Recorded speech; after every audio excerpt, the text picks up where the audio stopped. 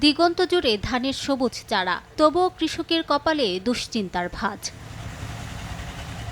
কৃষকরা জানান, জামালপুরের প্রায় ৯০% জমিতে বোরোর চারা রোপণ সম্পন্ন হয়েছে, অথচ ডিজেলের অভাবে অধিকাংশ কৃষকই পানি সেচ দিতে পারছেন না। তাদের দাবি, ফিলিং স্টেশন থেকে মাত্র ২ লিটার করে তেল দেয়া হচ্ছে, কিন্তু সেচ পাম্পে প্রতিদিন তেল প্রয়োজন হয় ১৫ থেকে ২০ লিটার। এছাড়া ১০২ টাকা লিটার ডিজেল ১২০ থেকে ১২৫ টাকায় কিনতে হচ্ছে। তেলের কারণে পানি দিতে পারতেছে না, জমিনগুলো সব শুকিয়ে গেছে গা। ২ লিটার তেল দিতে হয় না, মনে দিনে তেল লাগে আমার ১৫ থেকে ২০ লিটার মতো। পেটের খাবারই যোগামো না তেলই যোগাম না সারি যোগাম। বড় গাড়ি মনে করুন যে প্রতিদিন ৫০-৬০ লিটার তেলের দরকার, তেল বাদে সর্বোচ্চ ২০ লিটার ৩০ লিটার।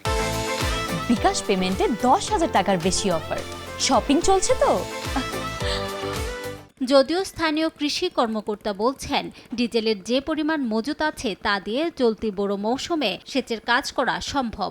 জামালপুর জেলায় ডিজেলের পাশাপাশি বিদ্যুৎ দিয়েও সেচ যন্ত্রগুলো চলে, যে কারণে আমরা আশা করছি যে আমাদের সেচে তেমন একটা প্রবলেম হবে না। ডিজেলের যে পরিমাণ মজুদ আছে সেটা দিয়েই আমরা আমাদের সেচের যে কার্যক্রম এটি সম্পন্ন করতে পারবো বলে আমরা আশা রাখছি।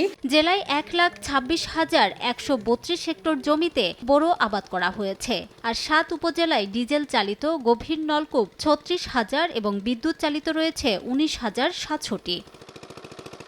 সময় সংবাদ, জামালপুর।